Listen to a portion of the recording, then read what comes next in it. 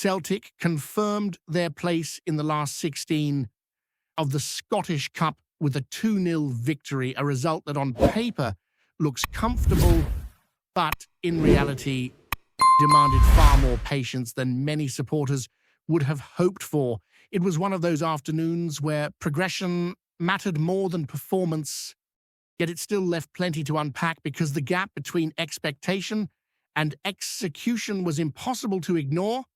Celtic dominated possession from the opening minutes, penned the opposition deep inside their own half, and spent long spells circulating the ball, but the rhythm never truly flowed, and the match often felt heavier than it should have been, given the difference in level between the two sides. From early on, the pattern was clear, with Celtic camped around the edge of the area, recycling play and probing for openings that rarely appeared.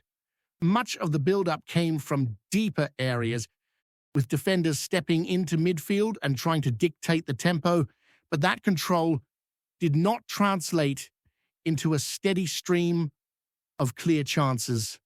It was less about danger at the back and more about frustration at the front, as the game drifted into a slog where every attack felt labored and every opening had to be forced rather than found naturally.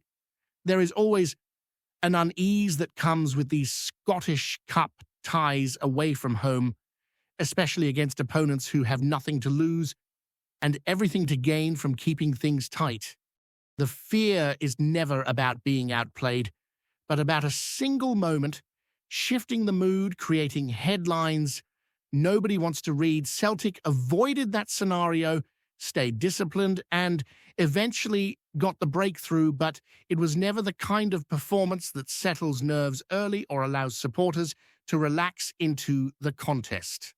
One of the main talking points was the opportunity handed to players on the fringes, those who are often discussed as potential answers when results or performances dip. This match was a chance for them to make a statement to show why they deserve more regular involvement, yet the overall takeaway was that very few truly forced the issue. There were flashes here and there, moments of neat movement or intelligent positioning, but not enough sustained quality to seriously challenge the established hierarchy within the squad. Celtic created chances, but not in the volume or clarity that many expected. There were openings that should have tested the goalkeeper more decisively, moments where composure deserted the final action, and spells where confidence seemed fragile. When an early opportunity went begging, it felt as though belief drained away rather than growing, and that sense of hesitation spread through the team. Confidence, especially for players lacking regular minutes, can be a delicate thing, and this game underlined just how thin it currently is. Credit must be given to the opposition for their organization and discipline. They maintained their shape, stayed compact, and worked tirelessly from the first minute to the last, never allowing Celtic to settle into a comfortable, attacking rhythm. Even as the game wore on, there was no dramatic drop in intensity, no obvious fatigue that opened the door late on. They pressed when they could, tracked runners diligently, and made Celtic work for every yard, turning what could have been a routine tie into an uncomfortable afternoon. The conditions and the setting also played their part. The surface was not ideal for quick and intricate football, and with so many changes to the starting side, familiarity was always going to be an issue. Players who rarely share the pitch were suddenly tasked with finding chemistry on the fly, and that lack of cohesion showed in the slower tempo and occasional misunderstandings. While these factors help explain the performance, they do not entirely excuse the absence of creativity that lingered throughout the match. Despite all that, Celtic did what was required. They managed the game, avoided unnecessary risks, and ensured there was no moment where elimination genuinely loomed. The first goal brought a measure of relief rather than celebration, and the second finally provided breathing space, even if it did little to elevate the overall mood.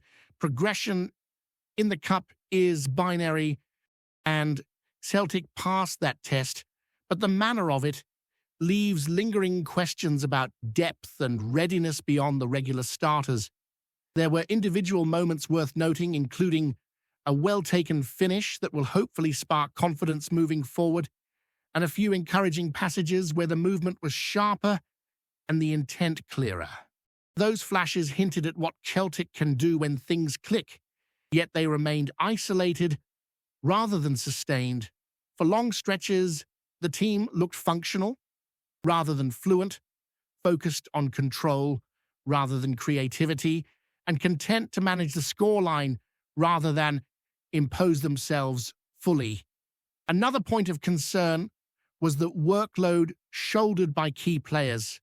Seeing such an influential figure log heavy minutes in a tie like this inevitably raises eyebrows, not because of doubt in leadership or professionalism, but because of the potential risk involved.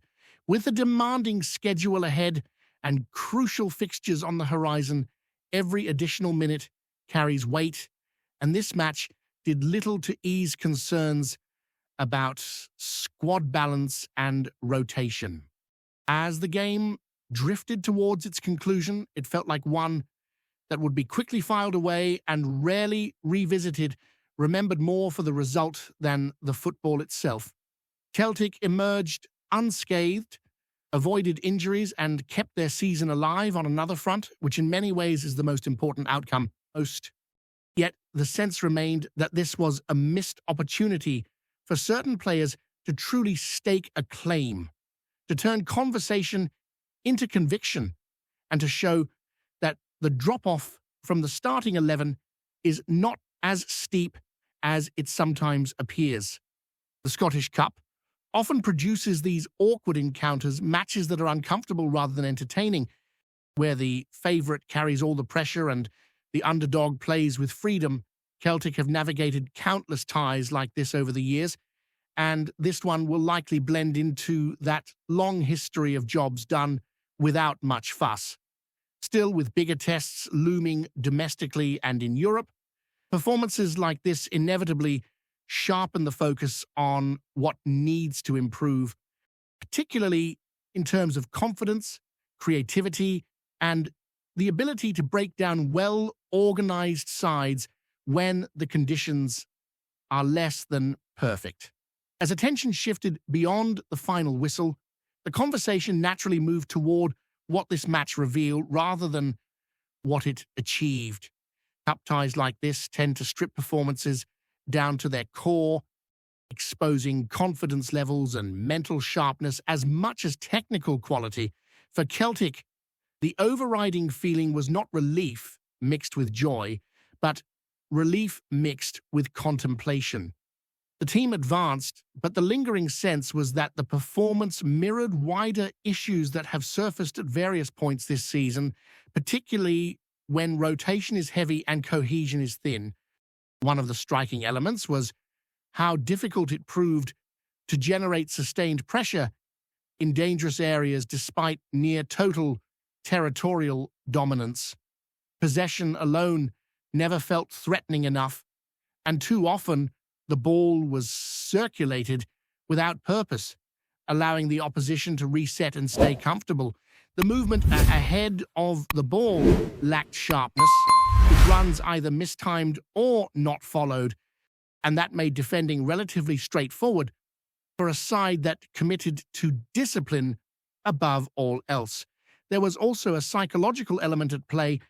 Early chances carry significance in matches like this, not just on the scoreboard, but in the collective mindset. When opportunities are missed, especially clear ones, a doubt creeps in. You could sense that hesitation, a slight second-guessing in the final third, where players took an extra touch instead of trusting instinct. That lack of conviction is rarely about ability alone and more about rhythm and confidence, two things that are hard to maintain when minutes are sporadic. For those hoping to see Fringe players force their way into future starting lineups, the game offered little encouragement. While effort was evident and no one could question commitment, the sharpness required at this level was inconsistent. The reality of squad depth is often exposed in these moments when players are asked not just to fill in, but to elevate the overall performance. In this case, too many looked like contributors rather than drivers, willing participants rather than difference makers. The opposition deserve continued credit for how they approached the contest. They never abandoned their structure, never lost belief in their plan, and crucially never allowed frustration to turn into panic. Even when they went behind, there was no sense of collapse. They continued to press in measured moments, occasionally stepping higher up the pitch, which forced Celtic to stay alert rather than coast through the closing stages. That competitive edge ensured the tie remained honest until it was effectively settled. From Celtic's perspective, the balance between rotation and stability once again came under scrutiny. Making so many changes inevitably disrupts fluency, but it also highlights how dependent the side can be on a familiar core. When those regulars are absent, the drop in tempo and authority becomes noticeable. That does not mean rotation is a mistake, especially in a congested calendar, but it does underline the importance of having deputies who can replicate intensity and decision-making, not just positional coverage. Another aspect that stood out was the reliance on individual moments to break the deadlock, rather than sustained attacking patterns. The goals themselves provided quality when it mattered, but they felt more like isolated successes than the product of relentless pressure. Against stronger opposition, that margin for inefficiency narrows significantly, and matches are rarely decided by patience alone. This is where concerns begin to extend beyond a single cup tie and into the broader picture of the season. The physical side of the game also lingered in the background. While there were no major incidents, the constant battling, the uneven surface, and the demands of the fixture added to the cumulative load on players who are already carrying heavy responsibility. Seeing key figures log extended minutes inevitably sparks anxiety, not because of mistrust in management, but because of how vital those players are to everything that lies ahead. Every unnecessary risk feels magnified when depth is already being questioned. As thoughts turned toward upcoming fixtures, the mood shifted again. This result serves as a reminder that momentum is fragile and that performances often bleed into one another. Confidence gained or lost in one match can echo into the next, particularly when challenges increase in scale and intensity. Celtic now face a sequence of games where control alone will not be enough, where creativity, bravery, and clarity of purpose must return if ambitions are to remain intact. There is also the matter of perception. Wins like this are quickly contextualized by supporters, weighed against expectations rather than celebrated in isolation. That scrutiny is the price of status and history, especially in competitions where anything less than progression feels like failure. While Celtic avoided that fate, the performance ensured that discussion would continue, not about survival, but about standards and direction. In many ways, this match functioned as a mirror. It reflected both strengths and weaknesses without exaggeration. The defensive control, the professionalism, and the ability to manage a game were evident. At the same time, the lack of spark, the tentative nature of attacking play, and the thin margins of confidence were equally clear.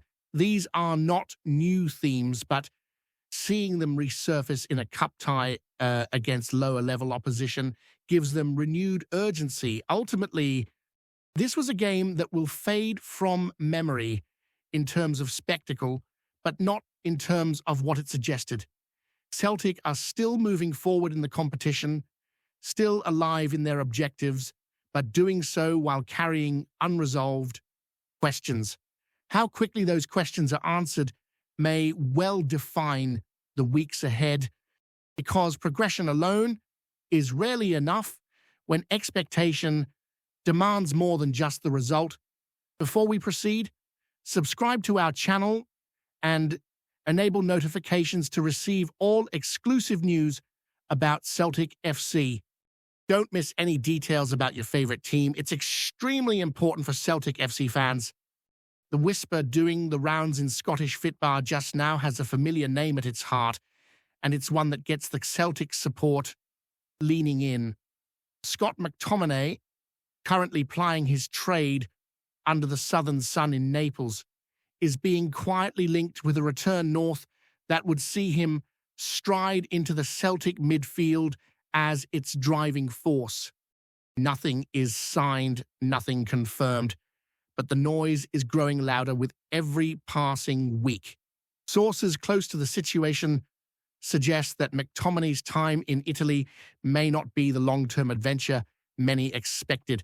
While Napoli offered a fresh chapter and a different rhythm to his game, there's a feeling that the pull of home, of playing in front of his own people, could yet prove decisive. Celtic Park, with its raw edge and relentless demand, is a far cry from Serie A's tactical calm, but it's a stage McTominay is said to relish. From Celtic's side, the logic is easy enough to see. The Hoops are forever on the lookout for a midfielder who can dominate physically, set the tempo, and carry authority in big moments. McTominay, forged in the pressure cooker of elite football and hardened by battles at the top level, fits that bill neatly. The idea doing the gossip columns is that he wouldn't arrive as a development project, but as a ready-made leader, someone to command the center of the pitch and set standards in the dressing room. There are, of course, hurdles, wages, ambition, and Napoli's own plans all sit in the background, making this far from a simple deal. Yet, in Scottish football, romance still has a habit of sneaking into the conversation. A homecoming story, a local lad anchoring Celtic's midfield is the kind of narrative that refuses to die. For now, it remains just that, a rumor, a speculation, but it's one that has Parkhead buzzing all the same.